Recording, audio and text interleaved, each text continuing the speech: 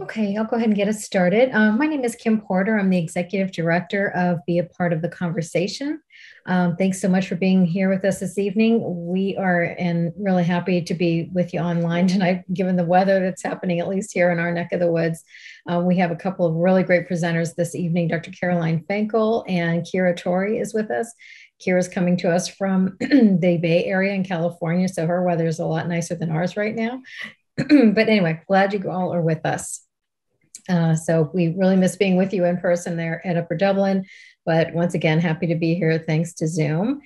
Thank you so much to the school district for hosting us. We really have really enjoyed this relationship this year. This is our third program that we've done in collaboration with the district, and the funding is coming from your Education Foundation. So thank you. Michelle Boaz is on the panel here with us if you have any questions about the Education Foundation. But I'm going to turn it over to Rita Perez, and we'll stop sharing for a second so that she can say hello to you all, and I'll be back with you in a moment. Good evening, everyone. We are so excited to bring you the third installment of the Be a Part of a Conversation that was generously supported by the Upper Dublin Education Foundation.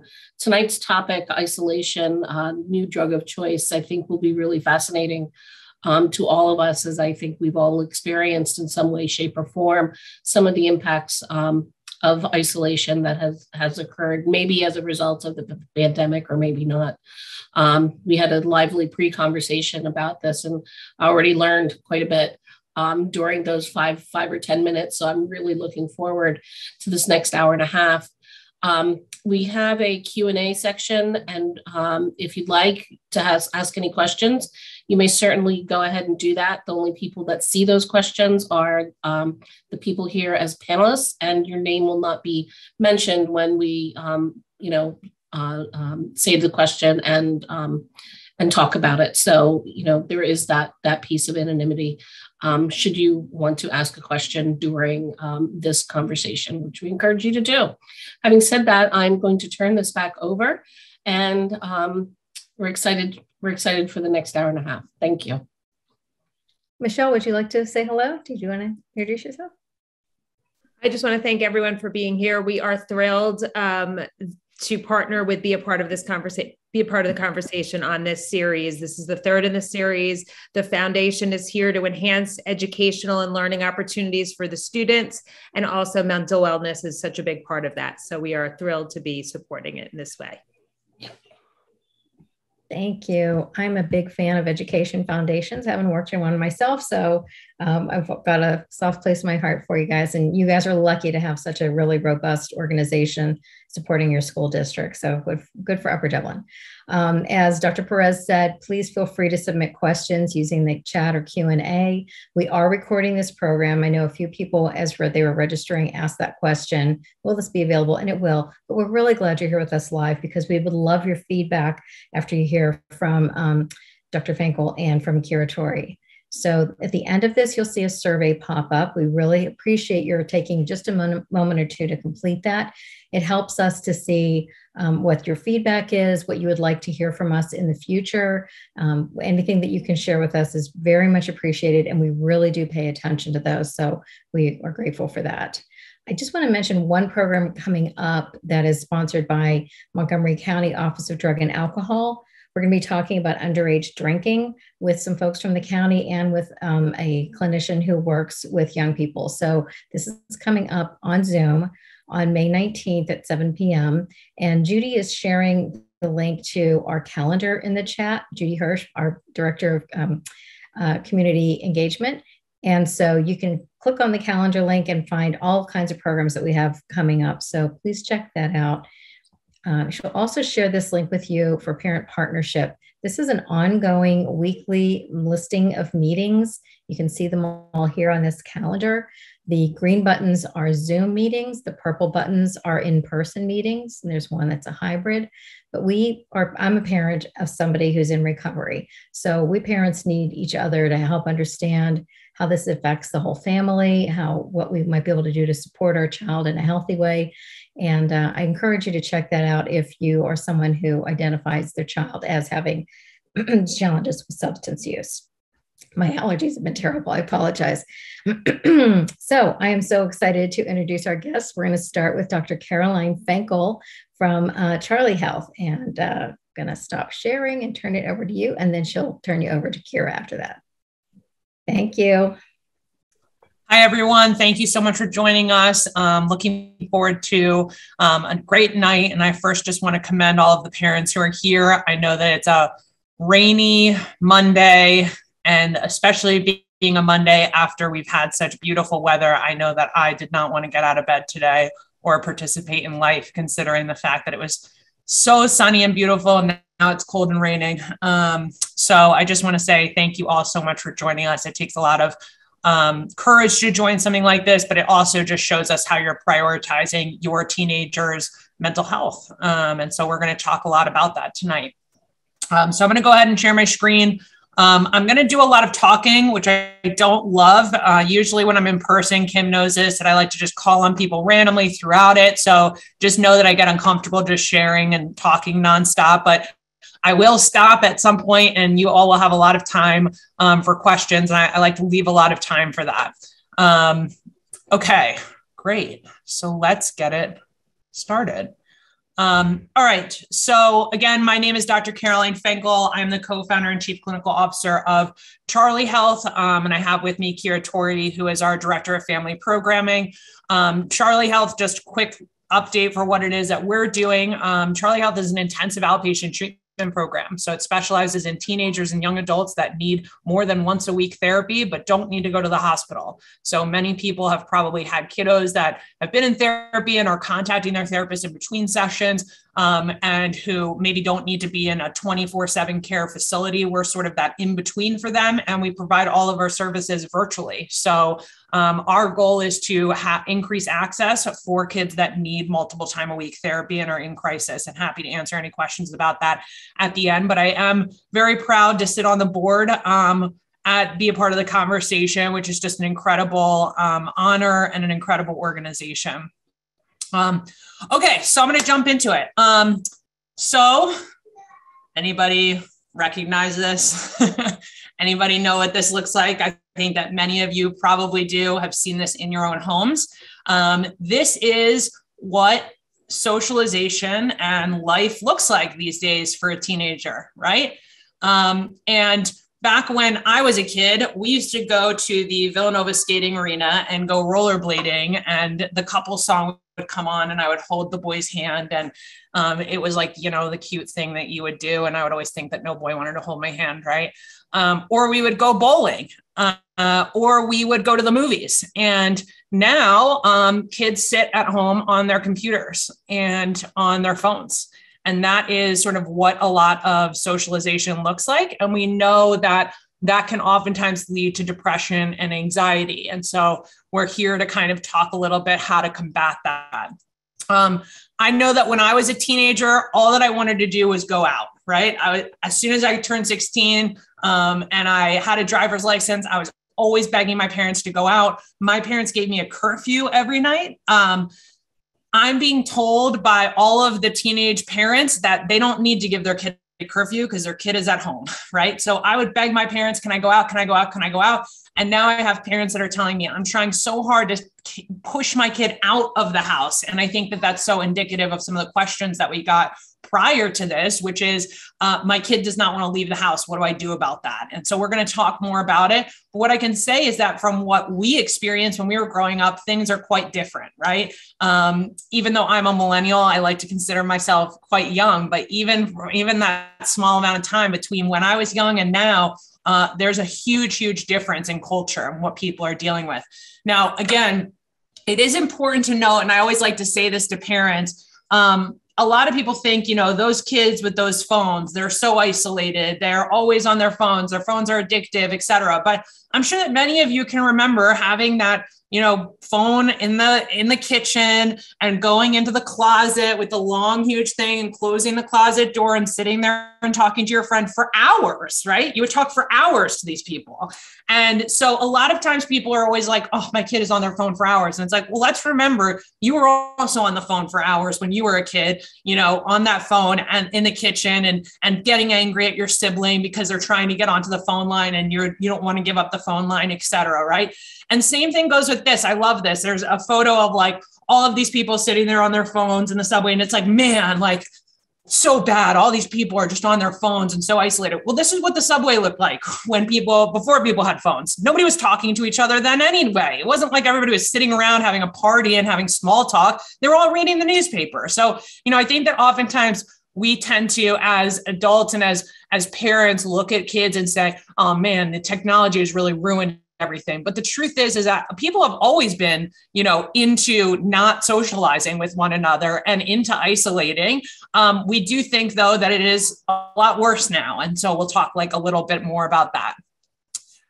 So some research that I love to talk about is something called Rat Park. So we test selective serotonin reuptake inhibitors, so SSRIs or antidepressants on rats, right? So anytime that somebody is depressed, we might put them on something like Zoloft, Lexapro, Prozac. Many of you have probably heard of those medications. And in order to test those, we have to test them on rats. So we have to have a rat be depressed, right, in order to test the medication. So does anybody know how to make a rat depressed? You guys can put this into the chat. Okay, I guess that they can't put it into the chat. If we were in person, I'd go, oh, this, they can put it into the chat. Great. Okay. How do you make a rat depressed? We need to test some SSRIs. You guys, usually when I'm in person, people are like, hide its cheese. They're like, make them do taxes. Very funny, Steve. I like that. No cheese. Yeah, there you go. So the answer is that you have to isolate it from its family and its friends. Or you can limit its movement, which also will model depression. So many of you probably have taken a Psychology 101 class and have seen some research done about addiction. And what they talk about is the rat that essentially like presses the button over and over again to get cocaine delivered to it until it dies, right? And so the idea is that cocaine is the addictive substance and that it puts a hook inside of you. And once you start using it, you'll never be able to stop using it. And you'll end up like on the streets, homeless, living in a cardboard box. So that was like in the 50s. So this guy, Dr. Alexander, came along in the 70s and was sort of like, wait a minute, you're giving these rats cocaine who are alone in their cages without their friends and family. So they're depressed rats being given cocaine. Obviously, they're going to use it until they no longer want to live. So he came along and he basically was like, all right, what if we were to put these rats with like their friends and their family? And we were to create something, that's sort of like a Disney World for rats, okay, where they can have like their little like places to mate and their little places to exercise, et cetera, which looked like this. Kind of more dingy than what you would think. But the idea is that they had places that they could go in and out of. They had a way to be able to exercise. They had a place to raise their young. And it was Rat Park is what he called it. And essentially what he did was he started running some addiction tests on these rats. So what he did was he put down essentially opiate water, which he had to put, opiates are very bitter. So he had to put some sugar into it. So sugar, opiate water, and pure water. And he watched the rats go over and taste the sugar water, and they would get a little bit loopy and not be able to be with their friends, mate, raise their young, et cetera. And so they consistently were choosing the pure water, which is like kind of mind boggling when you think about it, because it's sugar water. So imagine, would you want like a Coca-Cola or would you want like plain water? Obviously, everybody's going to go for a Coca-Cola. Well, at least I am, because I'm a sugar addict. Maybe other people won't. So basically then he decided to bring up the pure water and get them all addicted to opiates. So they were all kind of messed up and really tired and all of these things. and then put down the pure water and watched each of them actually choose the pure water. So detoxing themselves and choosing the pure water so that way they could get back to business, which was being with their family and friends.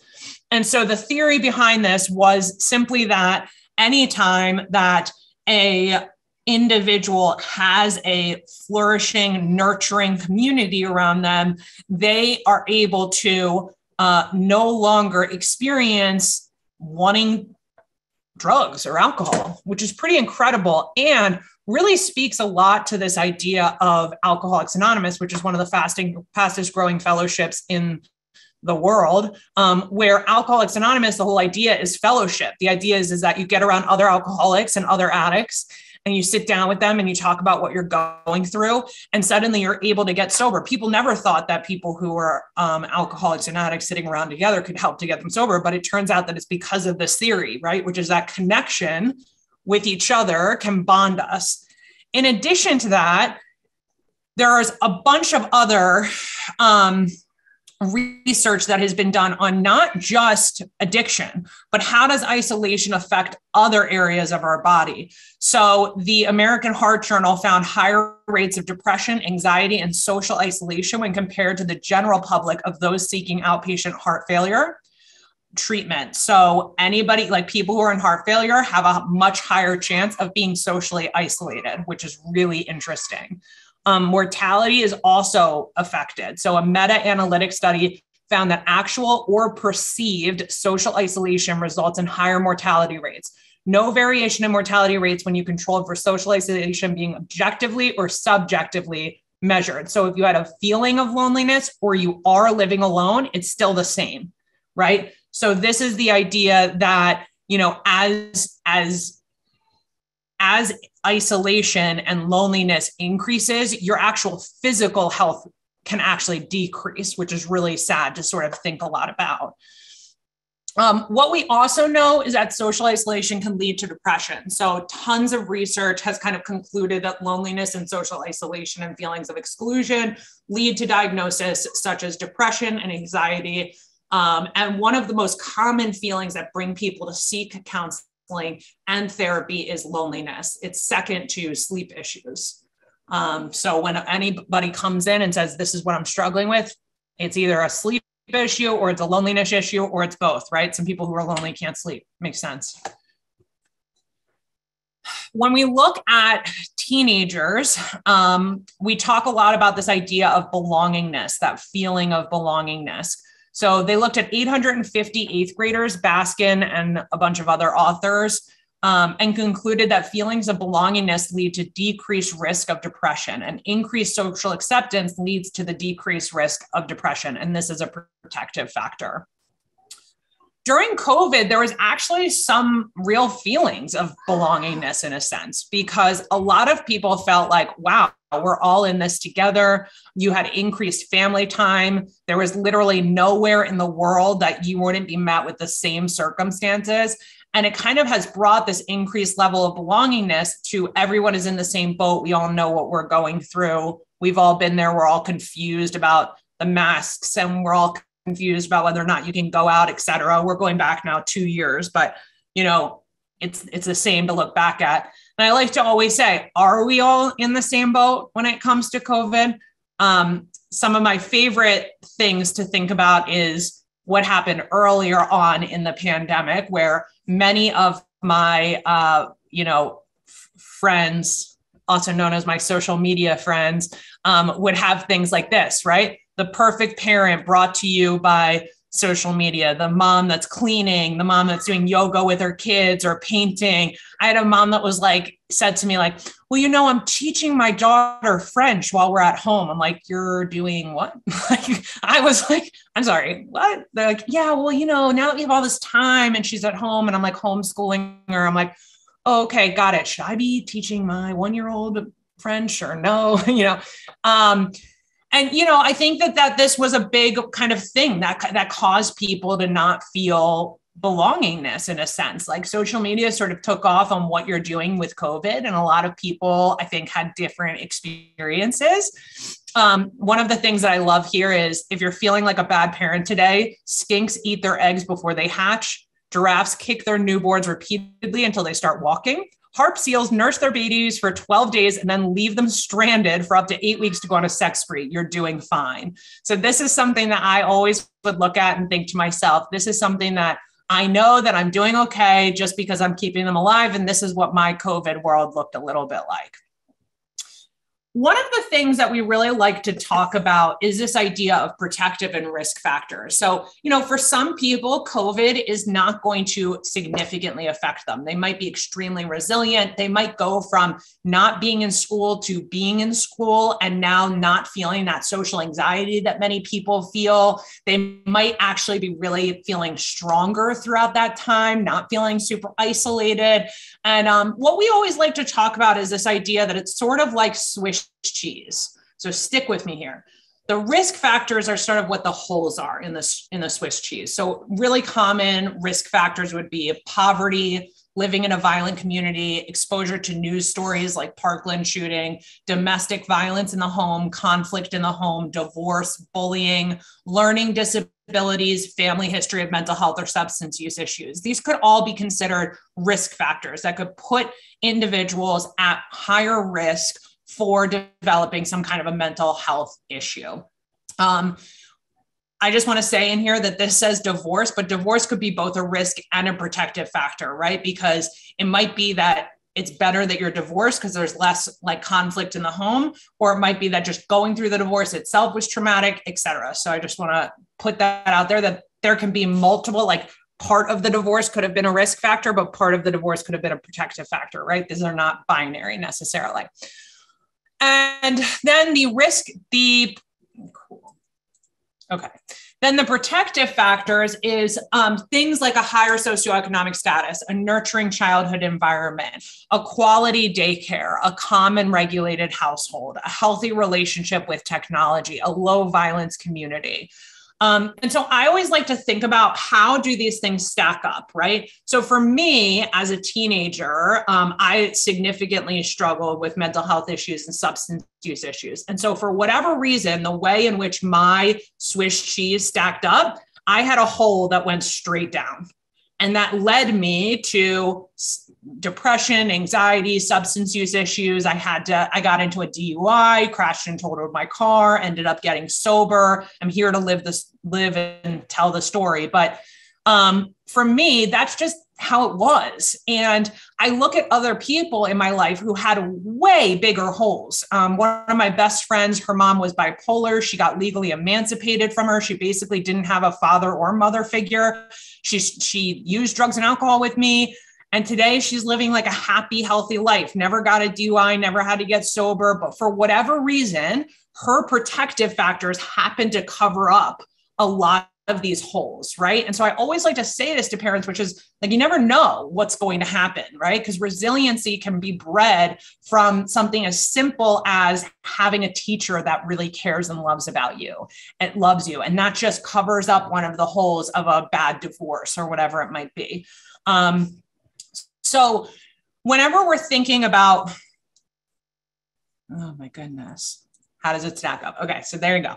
All right, so whenever it is that you're thinking about transitioning back to person, right? Back to being in person, one of the things that oftentimes is going to come up is anxiety. Right before this, like Rita was saying, that basically we were talking a little bit about how being back in person is really scary. It can bring about a lot of anxiety. It can bring about a lot of depression. You might feel a lack of safety, feeling like, am I going to catch the COVID? Am I going to get the new variant? What's going on with the new variant? I have to wear the mask. I have to not wear the mask. You might feel paranoid. You might feel socially awkward. You might forget how to interact with other people. What are some ways that you guys can help your kids, right? What are some ways that teachers can help? So one of the biggest things is patience, right? So tolerating that anxiety, being able to sit with the anxiety and be like, all right, I'm anxious. I'm going into school for the first time in a year. This is scary, and have patience to sit with it and tolerate it. Another big thing is to listen.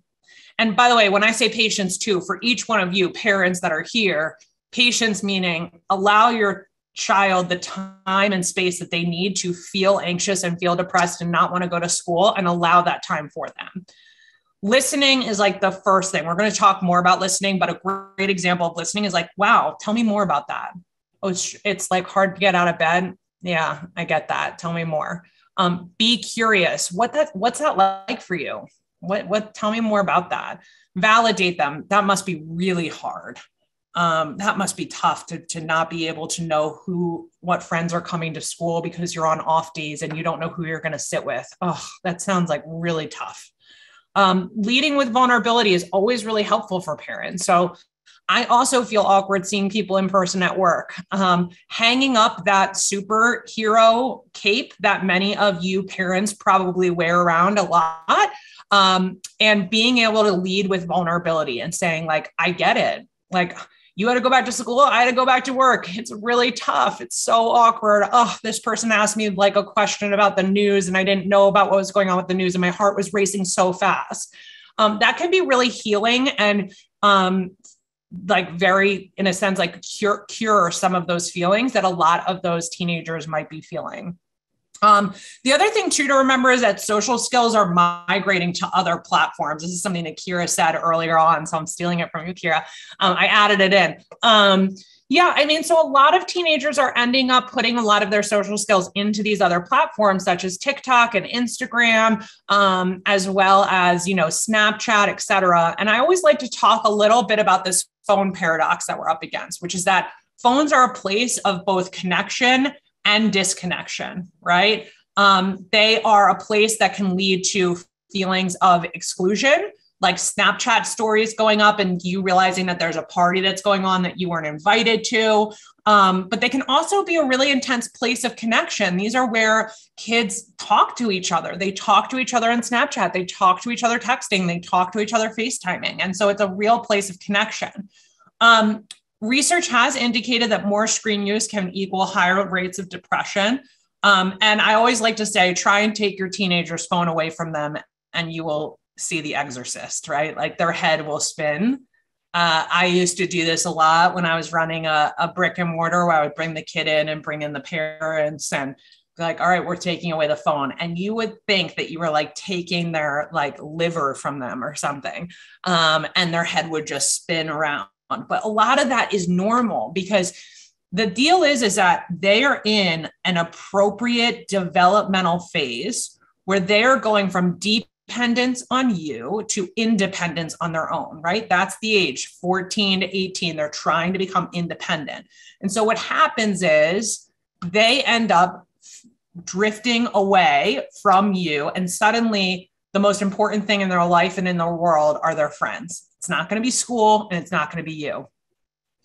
I actually have a funny story about this. I haven't told this story, so we'll see how it lands. But I was talking to my brother the other day and he has a 11-year-old son and they were all going to go to an art exhibit, him, his sister, his mom. And he was like, I don't want to go. And his dad was just like, all right, why not? And he's like, I want to see my friends. And he said, all right. And he said, and I just want to let you know that I'm going to be drifting away from the family pretty soon. My friends are just like really important to me. So I'm going to be drifting away from the family. By the way, my nephew is very, very smart and self-reflective and he's about to turn 12. So it's not like he's like really 11, but like, what good insight, right? Like, how does he know? He's like, yeah, I just want to let you know, warning you, I'm going to be drifting away from the family. I love the word drifting too. It's like, so like, that's like developmentally appropriate in a big way. And so it's really important that we recognize that when we're taking away their phone from them, we're taking away this part that feels incredibly good and is within the bell curve. Like it makes sense why they want to just be with their friends. That's actually a good thing in some capacity.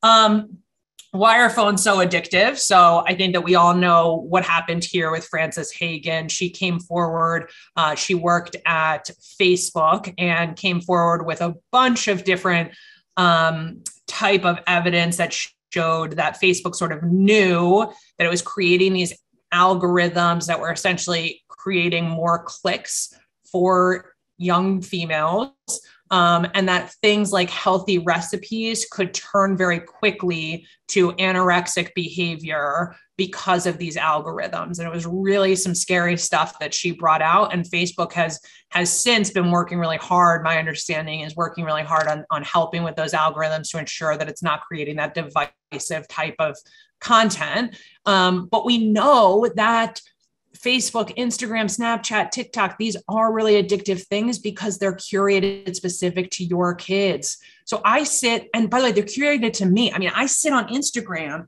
and I get into the reels. I don't know if anybody's been into Instagram reels, but I could be on Instagram reels for an hour and have no clue. I mean, I'm just like, it's so fascinating. And they do I'm a big horse person. So they do everything with horses, then everything with dogs, then everything with elephants. Like they know what I want to see and what like creates. And then as soon as I scroll because I'm not interested, then they're like, okay, that means that she's not interested in this content. So we're going to give her this content that she stopped and watched. Right. And so we have to recognize that like these are very addictive things, and we can also help to solve for them and combat them. So one of the things that I always like to bring up is I started an in-person camp for kids. So I was running a partial hospitalization program for teenagers in Malvern. And a lot of the parents came to me and said, basically, I don't know what I'm going to do with my kid over the summer.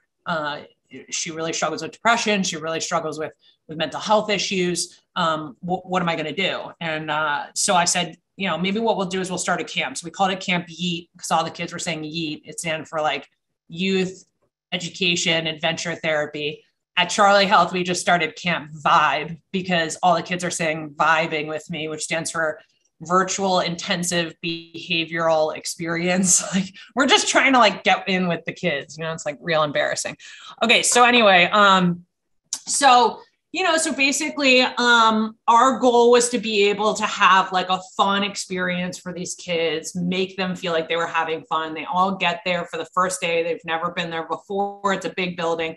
We say, listen, before we get into everything, we're going to take everybody's phone because we're going to be moving from outside to inside of the building. We might go off site. Let us just take your phone. We'll give it back to you at lunch. No fight.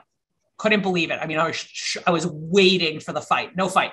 Okay, sure. Okay, sure. Okay, sure. As soon as the first kid hands it over, the second kid will hand it over. Okay, sure. Okay, sure.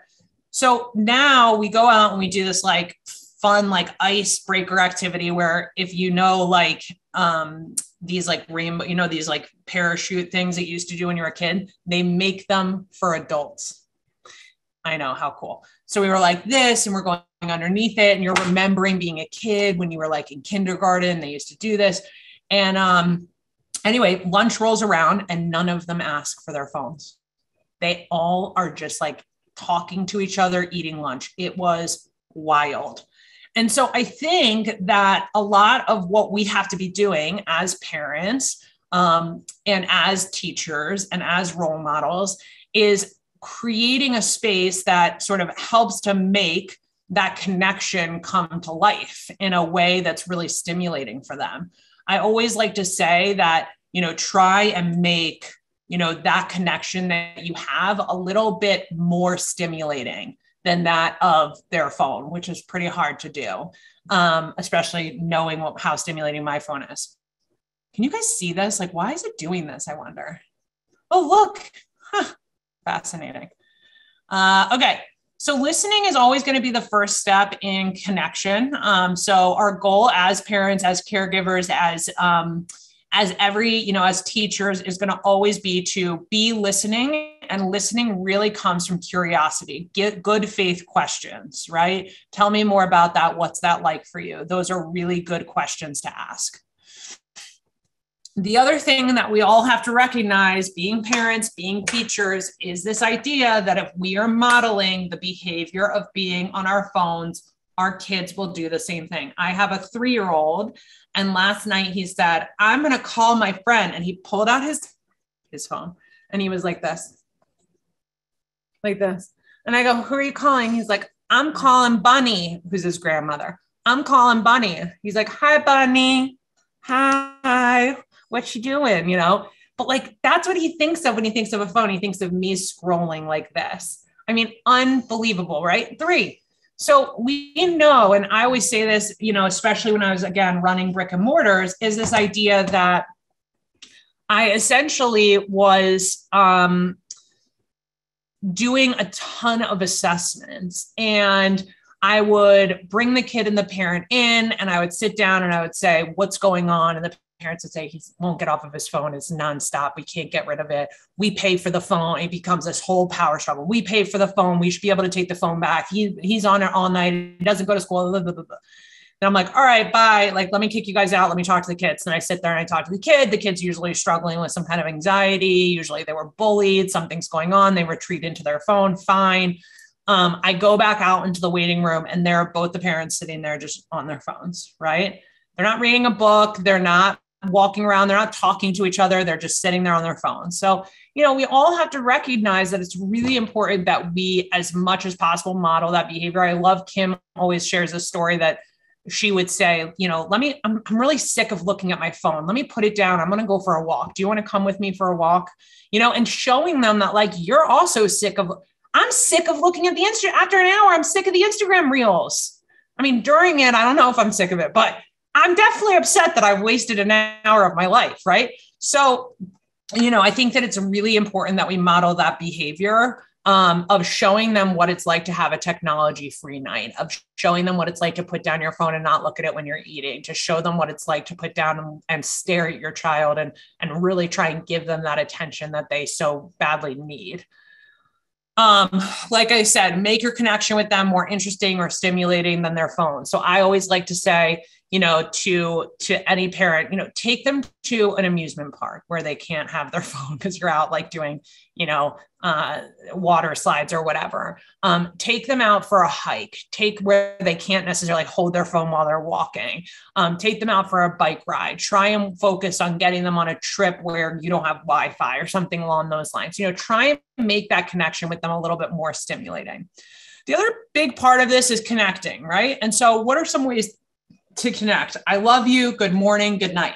Oftentimes parents don't get into that. Okay. Especially when they're a teenager and the kid just walks away and grunts after you say, I love you.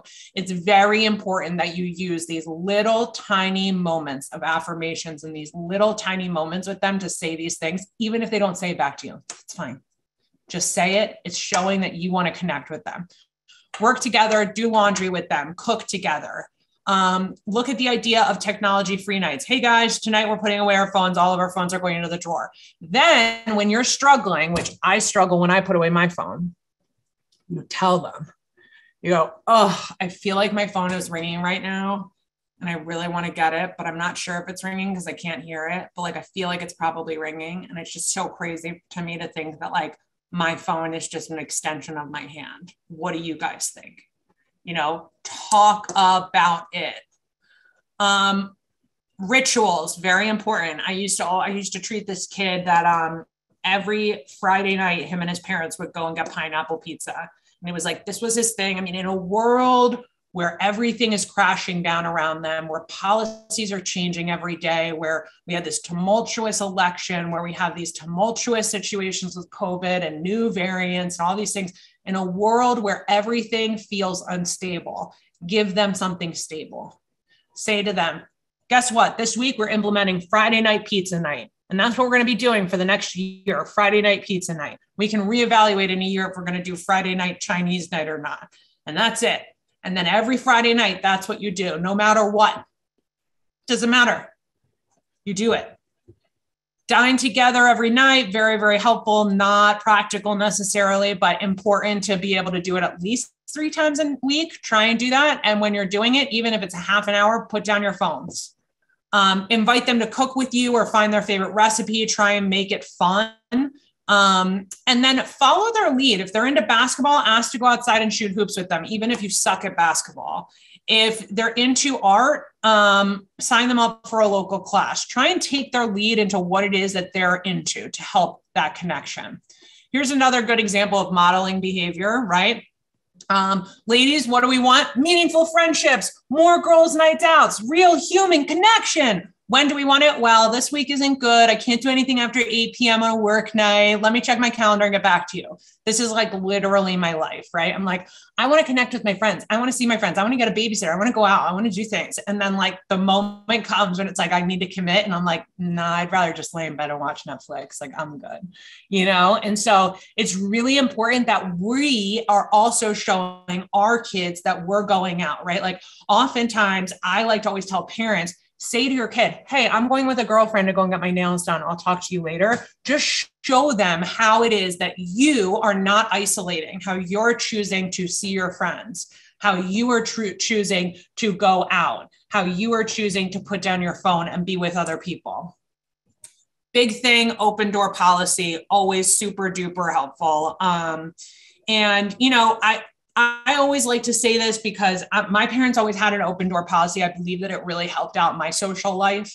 I knew on any day, at any given hour, I could invite whoever I wanted over to my house, and it wasn't a thing ever. And one of my very best friends, her mom would always say, the house is too dirty. You can't come over today. You guys know those people, those friends that have that. And it would be like, I don't care if you vacuumed or not. I'm freaking 11 years old. Who cares, right? But it really created a barrier between me and my friends. Like I would want to hang out with them, but I would like be bored of being at my house and I would want to go somewhere else and be out of my house. So I always say to parents, always just have an open door policy. Nobody cares what your house looks like. Just let the kids come over and let them hang out in your basement or do whatever. And don't like have those feelings, because it can really help to foster them having social relationships and social connections. Another big thing is encouraging healthy friendships. So oftentimes I talk to parents that say things like, well, Kira has been hanging out with Kim and Kim cheated on her boyfriend. And I know that Kim's like not a good influence on Kira, and I'm in my brain being like, the fact that Kira even has a friend named Kim, who she talks to on a daily basis, is light years ahead of the rest of the kids, right? Just be happy that your kids have friends. And let me tell you, the minute that you start to criticize your kids' friends, they will not come and talk to you about it anymore at all. Kira will no longer talk to me as a mom about Kim the minute that I think that Kim is a bad person. If I think that Kim is a bad influence, and let's say that Kim really is, and she made Kira drink one night at a friend's, then the minute that she's not going to go and tell me that, because I already think that Kim's a bad person, right? And so even if they come to you and say, Kim made me drink at a party. Oh, really? What happened? Tell me more about that. Nothing about Kim being a bad person, nothing about Kim being a bad influence, nothing. Okay. You just are complimenting their friend group. And if you don't have a compliment to say, don't say anything at all. Just don't say Kim's a bad influence, because they're not going to come to you anymore if you say that and you take a stand in that way. Talk about what you like in their friends. Oh my gosh, Ari, I saw that you were hanging out with Kiki the other day. My son, Ari, he has a friend named Kiki. It's like his girlfriend in school. He's 3. And, and I love to just say, oh, I love the way that Kiki treats you. It seems like she really includes you whenever she eats lunch. Oh, I love this, so you really have to be, as much as possible when they do have friends, compliment their friend group on how it is that they're treating them in good ways, right? I love that. I'm so happy that Kim invited you over to her house for dinner. That's really nice. I'm so happy to see that Kim is playing soccer. Does she like soccer? Is she good at soccer? What's that like? If they have to bring up a concern that they have about that friend, like I said, don't demonize them. Do not defend the friend either. So let's say that Kira comes to me and says, I hate Kim. She's the worst, right? Don't defend Kim. Don't demonize Kim. Just be like, why is she the worst? Tell me more. And then when she's like, oh, I'm going over to Kim's, you can't be like, oh, I thought that you hated Kim, right? She's like, oh, cool. Have fun. Just try and stay neutral as much as possible and don't question their judgment and their friends. So big question is sort of, when is it time to ask for help? I like to always say that anytime that there is like a sudden change with their behavior. So whether it's like a significant weight loss or weight gain, whether it's that they're not getting out of bed to go to school, whether it's that they went from being extremely social to suddenly extremely isolated, or went from being more isolated to suddenly extremely social. Any sudden changes are oftentimes indicators that there's something going on. Also, anything that affects functioning. So they are failing went from being a, good student to failing out of school. They are no longer participating in school because they can't get out of bed. They are struggling with talking to you about feelings of sadness and anxiety. It's always helpful to call the back of your insurance card, get an assessment done, because we know that a lot of kids are struggling with mental health issues that go undiagnosed every single year. And so it's always helpful to get an assessment and get a third set of eyes on your child and sort of see what it is that a professional might think. A professional might say, hey, look, they're good, or they might say, hey, they need like once every other week therapy, or they need something more intensive, whatever it might be. So I'm sorry that I talked for so long. Excited to have a discussion with you guys about this.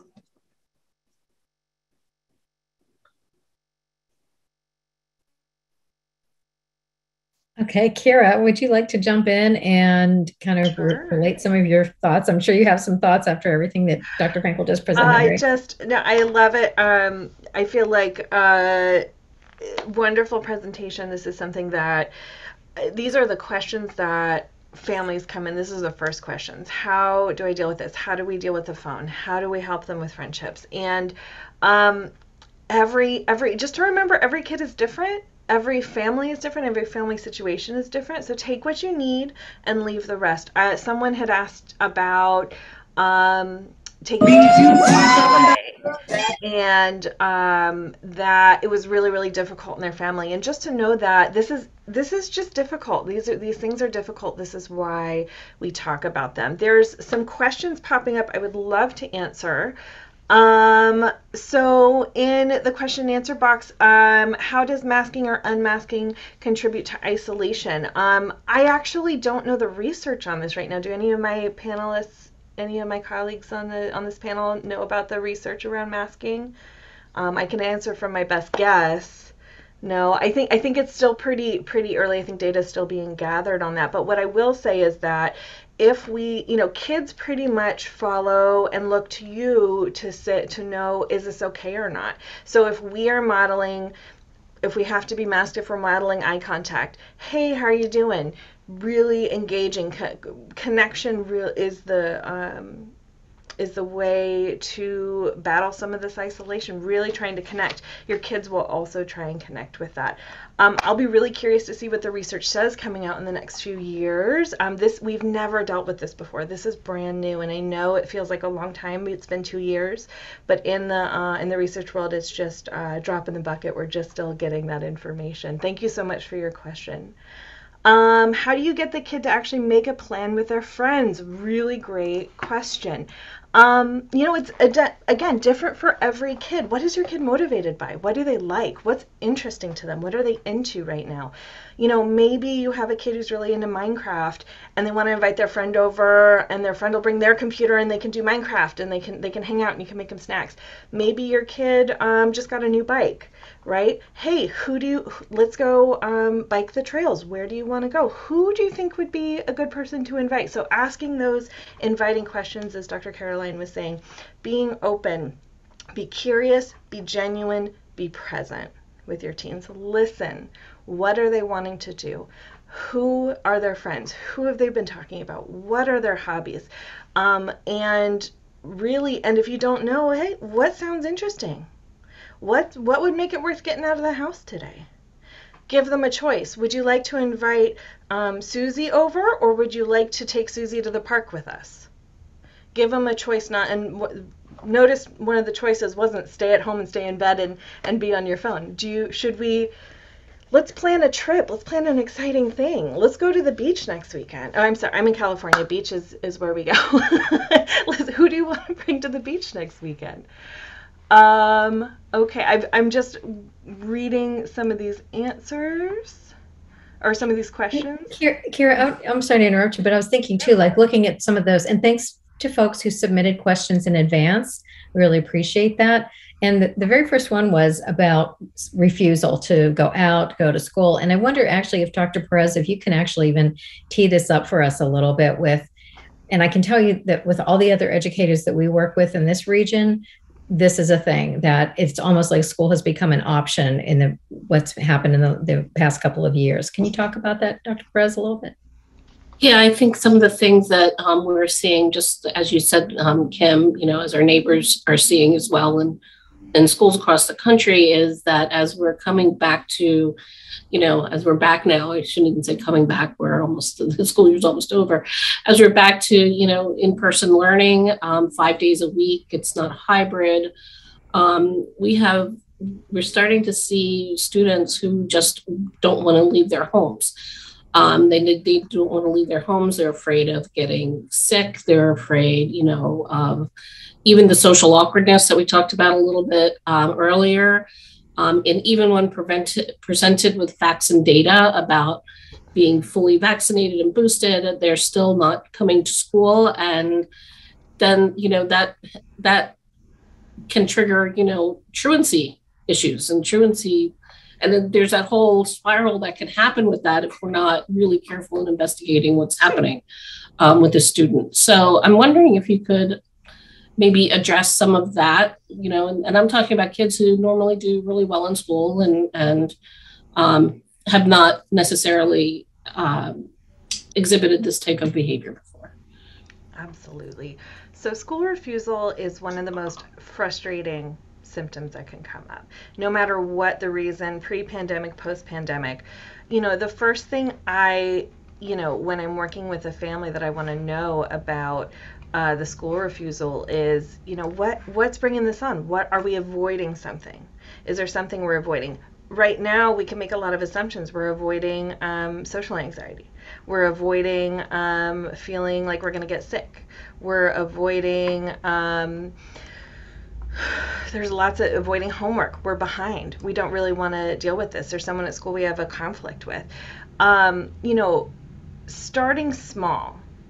Opening up that conversation. I know a lot of what Dr. Caroline said, a lot of what I'm going to say is open up the conversation, but it really is about investigate what's going on, what's happening. You went, giving that feedback. Hey, you went from really loving school and now it's really hard to even get you to school. What's going on? What can we do? What's happening? Starting small. What's that motivation? I know you don't really want to go to school, but I do know you want to participate in this sport this year. Can we make an agreement? For every day of school, we can go, we can participate in the sport or go to the movie or, fill in the blank with a reward in there. Natural consequences for not going to school. Wow, that the work is really piling up. How is that? Is that feeling overwhelming? What can we do to get through that? Other ideas from my co-panelists here. I don't know, Caroline, if you had any thoughts about that. Yeah, I think that like school refusal, similar to that of like substance abuse, like it's a symptom, right? It's sort of like this idea of like my back hurts, right? And that could be a symptom of like a million different things going on. It could be a strain, it could be a ligament, it could be a slip disc, and it can go from anything very small to very serious. But I like to think that like just saying I don't want to go to school is like, let's dig in, right? Let's open up that conversation. And like Kira said, it could be something very small, like I don't like being in advanced algebra. It's like, all right, honey, like, let's try and figure out how we can get you, either a tutor in that or look at how we can drop you down. Or it can be something as big as I was bullied and I really don't feel comfortable. And that could be, take some treatment potentially. So I think it's just really important that we open that up, and recognize that something like I don't want to go to school can be as big as my back hurts, Good point.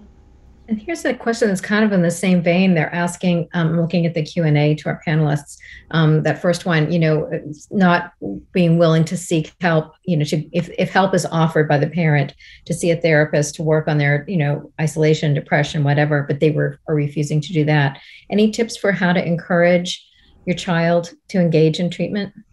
Absolutely. So something like, hey, daughter, son, we really want you to go to a therapist can be super scary for kids, especially if they've never seen a therapist, if the family's never seen a therapist, if they don't know anyone who's a therapist.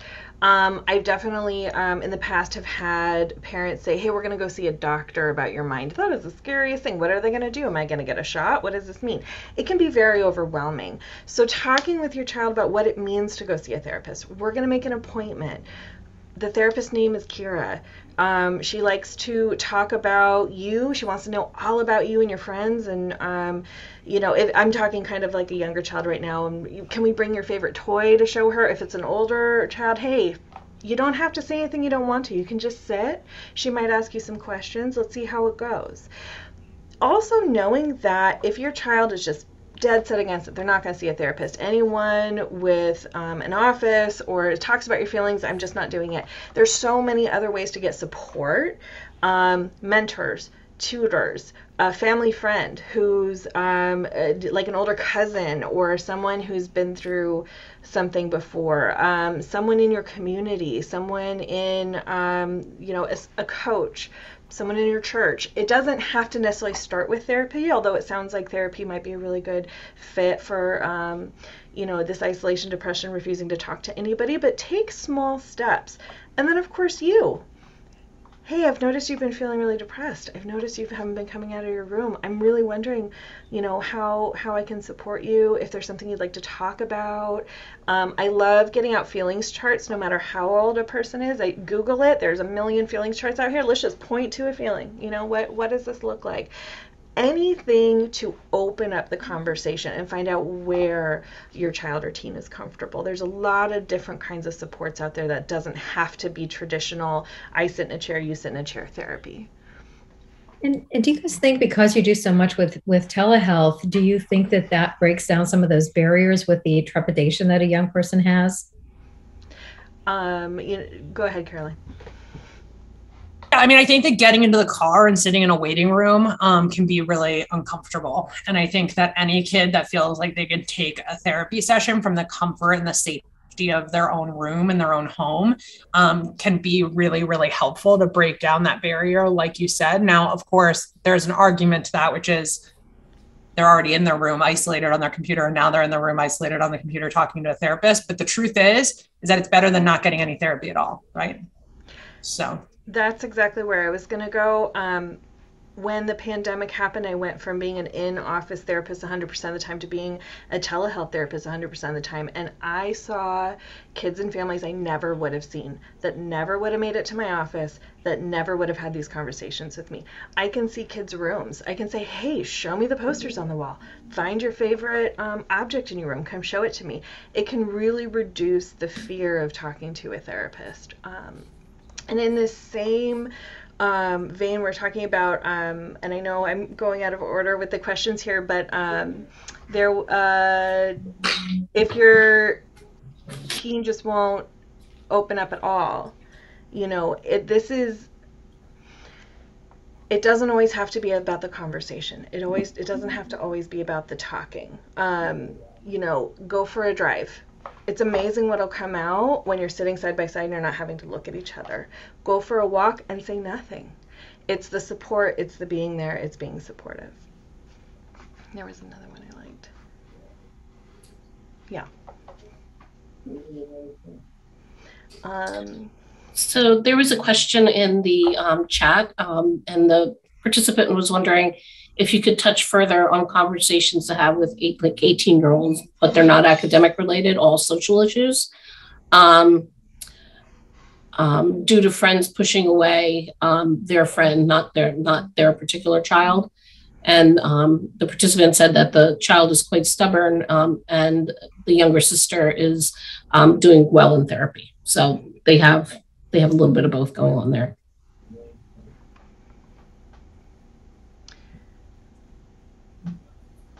Yeah, I'm reading this. I'm trying to figure out which one that it is. I'm sorry. It was the last one in the chat. The last one that came in the chat. Oh, okay. Yeah, I mean, so, I think, like, honestly, one of the best kind of treatments for this is group therapy. So getting them into like a young adult social skills group can be really, really helpful. It can be a group that's with individuals that look and sound like them. And it can be a situation that essentially can help them to build some of those social skills. And so I would always recommend anytime that somebody is struggling with social issues, go and see a therapist, talk about what's going on with the anxiety, perhaps look at some medication interventions, but also see if that therapist can recommend a local support group or a local group therapy process group that can help them to start kind of branching out a little bit.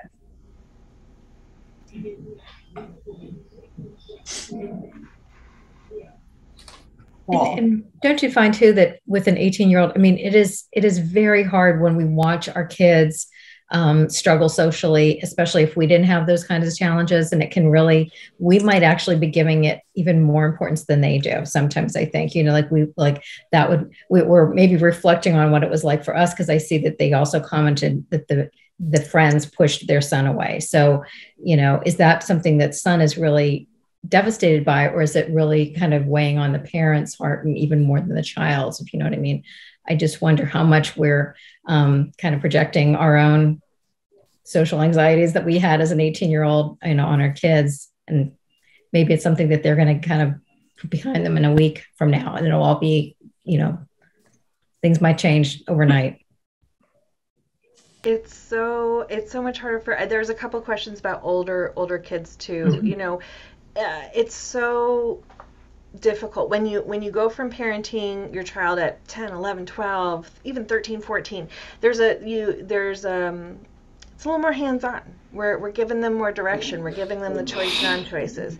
When they get to 16, 17, 18 and above, some of the what I work with parents on is switching from that hands-on, I will show you and tell you how to do this, to guidance.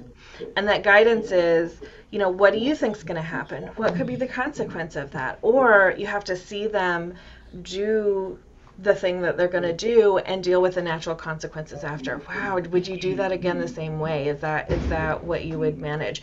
With the question about this 18-year-old whose friends are pushing them away, I'm so curious about that. And I would be, what happened? What was it like? How does it feel? Wow, if it were me, I might be pretty devastated. How are you feeling about this? And then we can measure whether this is as big of a deal to them, or if we're perceiving it as a big deal because of the big change. Back to those open-ended questions, right? I'm curious about, I wonder, are really great ways to open up the conversation without demanding information, putting teens and young adults into a corner about, having to answer me about this or feeling like it's an interrogation. Just having those kind of soft, open-ended, I'm so curious about this. Things have changed, Can you tell me about it? Would you like to tell me about it? How about this top question in the Q&A about high school teen boys who don't want their parents making their plans, yet they don't make their own plans unless the parents do? So do you suggest continuing making their plans behind the scenes regardless? I do. Like, I think anything that you can do to get them socialized in person is important. And look, boys in general aren't going to plan ahead that much. Sorry, that's very gender normative of me to say.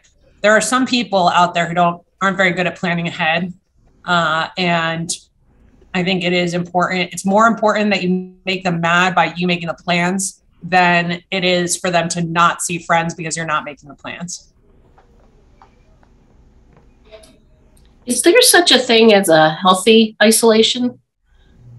Yeah, I think so. I mean, I think that there's I wouldn't call it isolation, but I think that there's a lot of people who, are introverts, and they get their energy from being alone and not being with others. And so I think that there is, for sure. I think that everything, it's just like how people say, it's like everything comes down to functionality, right? It's like, okay, it's totally chill to eat 2 Oreos because you had a bad day or whatever. But when I start eating Oreos, I'm going to eat 4 sleeves of Oreos until I feel sick, right? And so it's that's not healthy. It's of course, watching a few of your favorite Netflix shows is really good. It's a way to zone out. It's a good way to numb. It's a good way to just kind of shut down and all of that. But watching your favorite Netflix shows until 4 a.m. and not being able to get up to go to school or go to work, not good. So, I mean, I think that everything comes down to like balance, you know, and I do think that anytime that I do this talk, I always feel like, oh, what about all the introverts out there that probably hate me from doing this? You know what I mean? But the truth is that if you're introverted and that's where you get your energy and you live a fulfilling and fun life and you only have 2 or 3 close friends, like, okay, it's all about whether or not it's a problem. Thank you. Okay, I'm not sure I'm really understanding the next question up. If you need to stay at home because of COVID, how do you keep them off the phone when they need to isolate? I'm not sure if maybe we need some clarification on that. I think maybe the participant is talking about if the student is COVID positive and has to isolate during that time until they're, symptom free. Just kind of playing around on the phone. Right. It's necessitated because of having to isolate because they're COVID positive. Yeah. Thank you.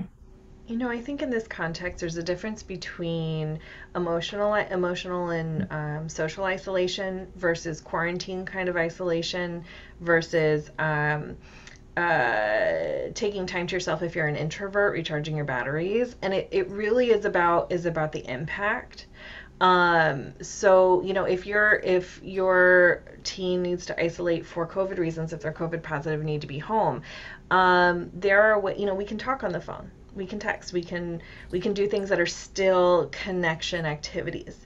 If your child is isolating social and emotionally, they're not talking to you, they're not, they're looking at the floor, they're not making eye contact, they're refusing to come out of their room, they're not wanting to engage with others. Sometimes you'll see oversleeping, sleeping 12, 15 hours a day, not getting dressed, right? That's kind of, I think, what we're focusing on today, that social emotional isolation, which can be really can lead to depression, anxiety, and severe mental health concerns.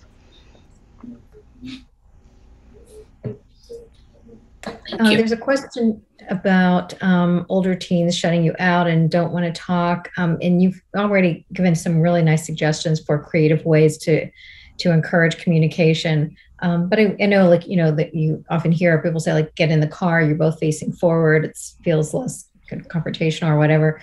How do you feel about like leaving notes and things like that, or just other ways to communicate with our kids? I think that leaving notes is great. I always find and I'm a huge animal lover, so just know that this is my agenda, but I always know that if you get a dog or a cat or a kitten or something, that can always be something really nice to just talk to them about. Look at how cute she is. Let's go and get a toy together. Let's go and do this. Let's go and do that. And caring for something can oftentimes really bring about a lot of conversation that's not about them. It's about the animal. And it's hey, let's take them to puppy school together. Hey, look, I taught her how to sit today. Will you try and teach her how to sit?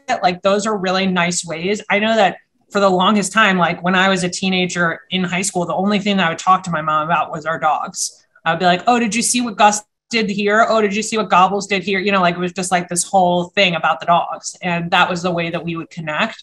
So I think that's one. Two is, definitely leaving notes is really nice. Hey, how are you? Sorry, I wasn't able to chit chat with you. Kira probably has the LMFT has more good examples of the note stuff. And then I think too, talk about yourself a little bit, one of the big things is just getting into the car and being oh, I hate my boss. They're the worst, and just have them be oh, why? Lead a little bit with vulnerability and sort of see how they deal and how they respond to you, and see if that helps to open them up a little bit. Usually teens are very, very empathetic. So if you open up just a little bit to them, oftentimes they'll feel that pain that you have and they'll start responding to it really well. Kira, did you have anything? Absolutely. So with the note writing, one of the interventions that I often use with families with high conflict, or where they're either high conflict or they're not talking at all, is letter writing. And what it does is it slows down the conversation. It allows for emotional regulation. You can take as much time as you want to write the letter, and you're not going to get interrupted when the conversation is happening. In terms of engaging, it can be as short or as long as you want. They can read it over and over. Any opportunity for positive interaction, especially through something like a letter, is going to build that relationship and build that trust. So if your child isn't talking to you, if your child or young adult is not talking to you at all, hey, I love you, I hope you had a good day. Write back, tell me what's happened. It's like passing notes. Write back, tell me what happened today. Would love to hear about it, right? It can slow it down for teens that have a hard time verbal. So verbal process isn't the only process. We think of therapy as sitting down in two chairs and talking, or so old ways, you're laying on the couch and verbalizing all your thoughts. There are so many other ways to process your feelings: art, poetry, writing, letters, you name it. Music, try one of the other mediums. It's okay. And there was one other thing I was thinking. Getting conversations started with teens who don't really want to talk about themselves. My favorite thing is to ask about the drama. What's the drama going on at school? I have to know. I'm not in high school anymore. I need to hear about it. I need to hear about who doesn't like who and why, and you need to tell me it all. I don't know these kids. I don't know what's going on. But they can get pretty animated talking about what else is happening, and before you know it, they're talking about themselves too. So great stuff. Thank you. So I know you mentioned, Kira, that someone had asked about 20s, but I want to repeat this question. Can you address older kids, young 20s, who are struggling with substance abuse and spending too much time alone? And I just want to chime in here a little bit, because this was me. My son was 21 when we did an intervention with him because of his substance use. And Judy Hirsch, who's also on this, has the same kind of story with her son. And what I wish I knew then that I know now is to call it what it is, and please seek help for that person, with someone who understands substance use. There are so many terrific therapists out there who are just not in this wheelhouse. And we took our son to one of them, and they told us we were overreacting, and they totally missed an opportunity to do a much earlier intervention with our son. So, and also to please get help for yourself. You are probably experiencing some trauma if you have a child who is misusing substances. I know that it was a lot of trauma for our family. Just not understanding what's happening, the behaviors, it's scary. We get very, very tangled up in it. And so please seek help for yourself, and also check out that parent partnership page. We have support groups happening. They're free to attend. They're every single week. Many of them are virtual. I'm usually in Hatboro on Wednesday nights, but there's a whole ton that are online. And please get help for yourself too. And the lectures, they're make you feel better for about a minute, but it's just pretty ineffective once you're down the road of really getting into a lot of substance use. And feel free to contact me if you want to talk offline sometime. Anyone else want to jump in on that? One thing I want to say is just remembering, the first thing you said is get an assessment, get help, and get help by a therapist who knows substance abuse. Not everyone does. Remember, substance abuse is a medical issue. Got to first get safe, then work on everything else. And sometimes that means treatment, and sometimes that means treatment that your adult child probably doesn't want to do. And getting help for yourself, support groups, Al-Anon, CODA, there's so many supports, or a therapist that knows about substance use and codependency. Here's a really great question. How do you balance that patience, right? So letting them sit in the anxiety and work through it versus, but they're not going to school, they're not finishing their work, they're or taking medication and so on. Yeah, I mean, I was reading that one too. I think like a lot of,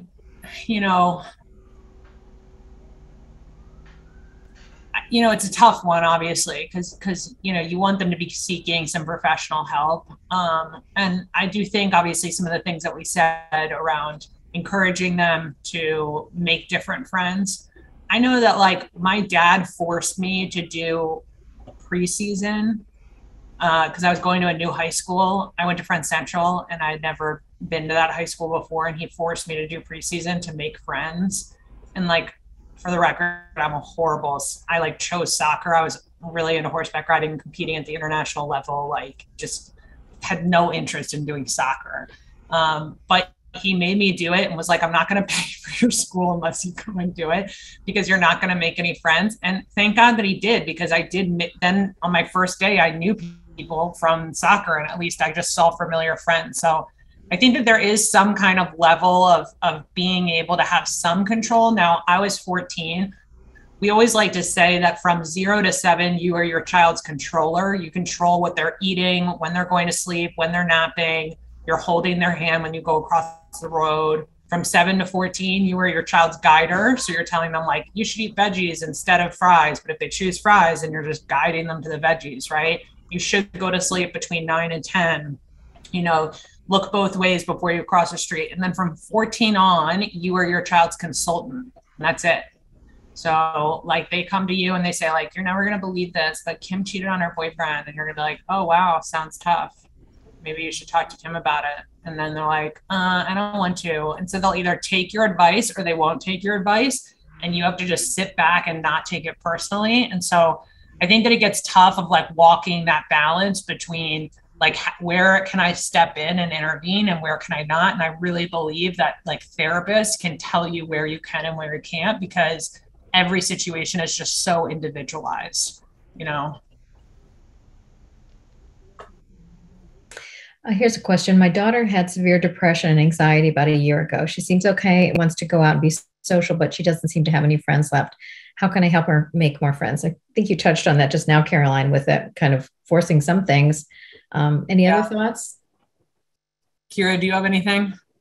You know, a year is a long time for a kid, but I bet there are still kids out there that remember your daughter, miss your daughter, want to do things. You know, it doesn't have to, you can start with one. You know, who do you want to get back in touch with? I know when I lose track of my friends, I like to reach out and see if they're willing to hang out or go get lunch or, you know, go play. Fill in the blank activity that you liked doing together. Try one-on-ones first before we start getting a whole group together, because let's say you have a big sleepover, she hasn't seen these kids in a while, she invites 10 kids over and 2 come. That could be a huge a win in our eyes, but it looks like rejection. So start small, start one-on-one. Who do you want to get back in touch with? And if they really are gone, hey, who in your class, who in your activities, who in Girl Scouts, who in soccer, who's around that you want to spend more time with?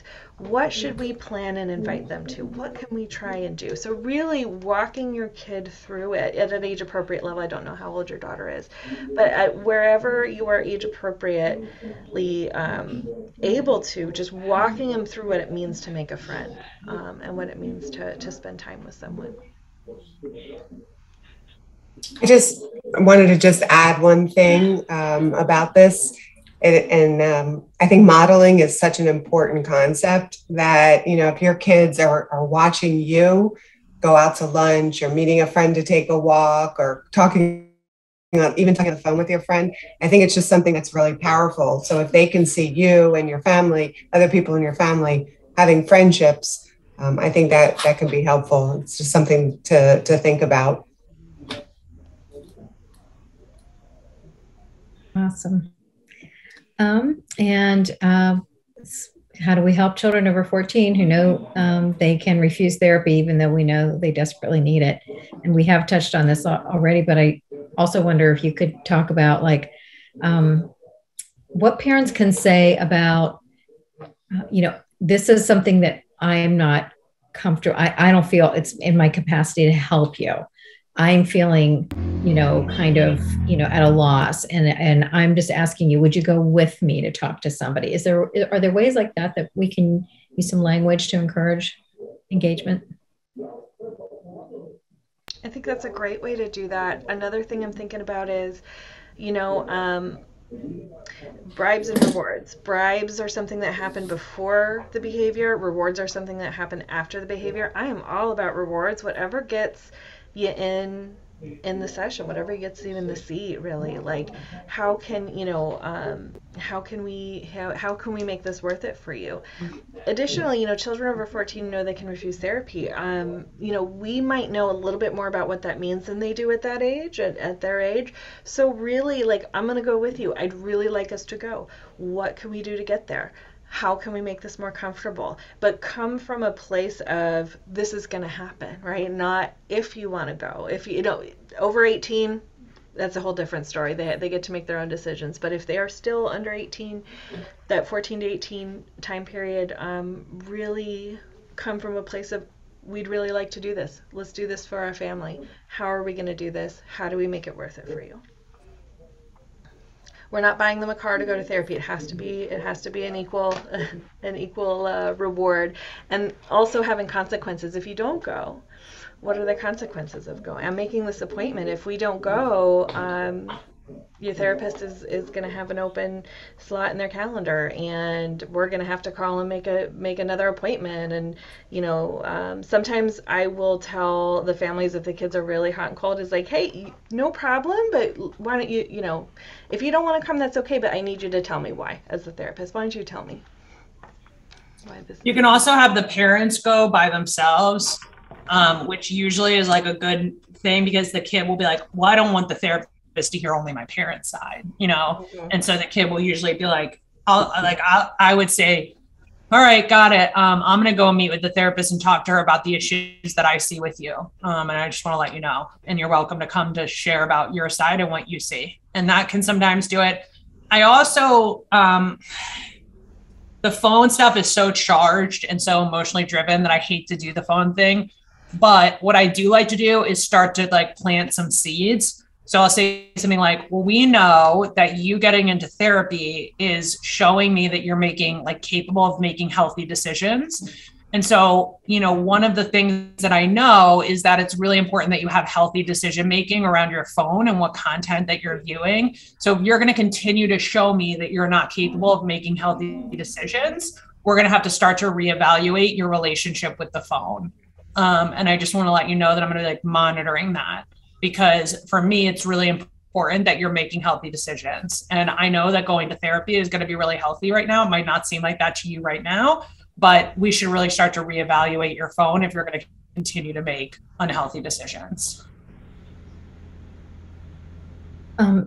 So someone asked about therapy groups in the region. I'm going to put my contact info in the chat for everyone. So if this person can reach out to me, I can kind of get a little bit more info about what you're looking for specifically and make some suggestions for you. And also the person who put in the chat a question about their daughter not drinking, if you can reframe that perhaps and resubmit it, because I'm not quite clear on what you're looking for there. So if you can reframe that question, that would be great. I'm just looking back at our advanced questions, Karen, Caroline, if there's anything we haven't touched on. Yeah, somebody asked, what if you're introverted and just enjoy being with yourself? And it's something Rita asked earlier, is it always necessarily a bad thing? And I think, like Caroline said, it's not really isolation. I think it's like being solitary. It's like, sometimes it's not such a bad thing to have just some quiet time alone, be introspective, get some real interpersonal work done, maybe do some reading. I mean, there are ways. Again, I think we often project, like if we're a highly social person or wished we were a highly social person, that we might kind of impose that on our child. And it's not necessarily, right, always bad news. So I have a wondering, and listening to all of the wonderful suggestions here.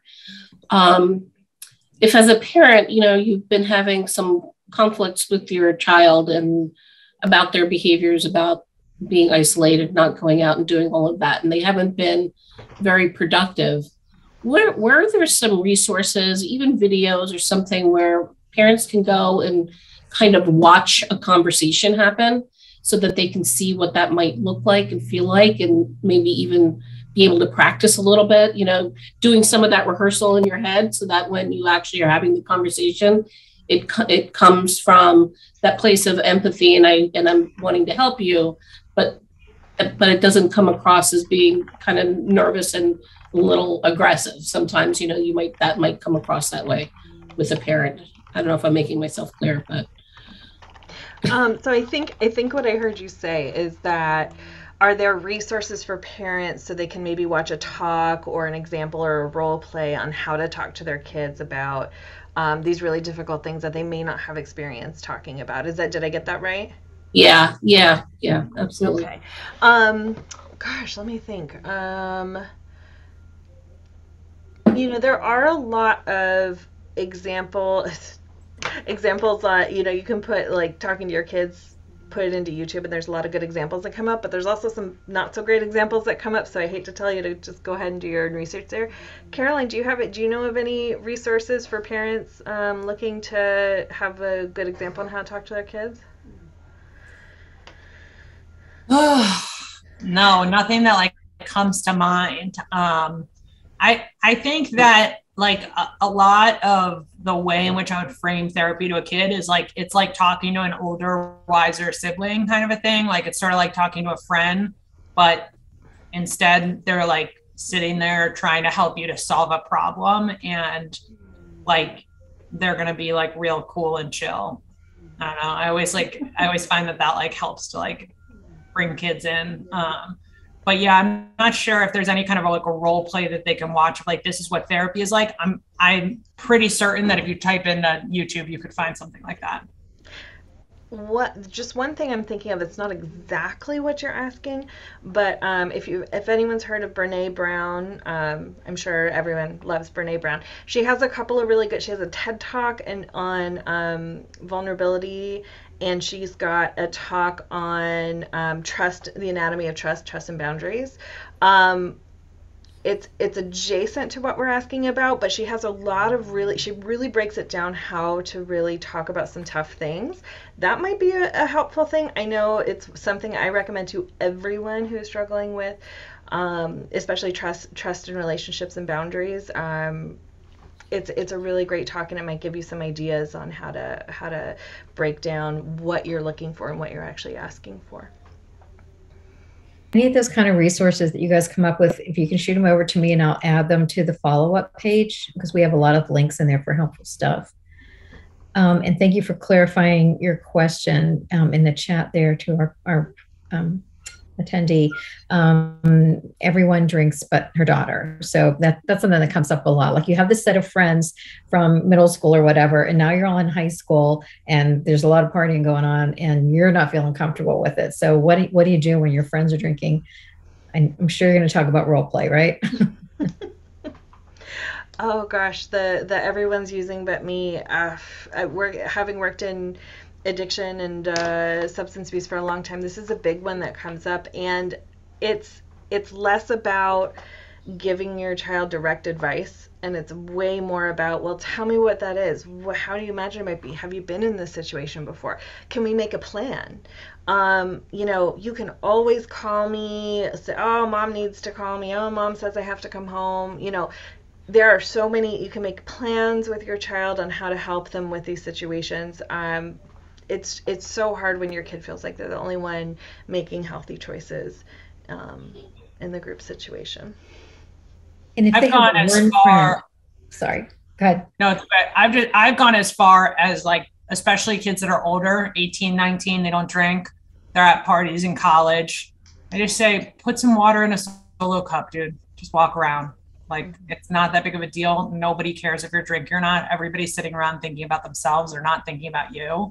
And, like, it's just not that big of a deal. And I think too, there's this thing called social norming theory, which is basically this idea that, like, it's something like 1 in 10 kids drink, like, regularly on the weekends. But if you poll the 10 kids, they'll say 9 in 10 drink. And that's because of the fact that the 1 in 10 make the most amount of noise. So they're the ones that are posting on Instagram, posting on Snapchat. They're the ones that are talking about their crazy weekend that they had of drinking. And so anytime that I hear that from a kid that says, like, all my friends drink but me, I'm like, all of them? Like, I just don't buy it, because the problem is that the statistics just don't, like, the math just doesn't add up on that. So it's just not the truth. It might feel or seem like all of your friends drink and you don't, but that's just like simply not the case. And so, yeah, so I always like to really just try like and dig in there a little bit with them.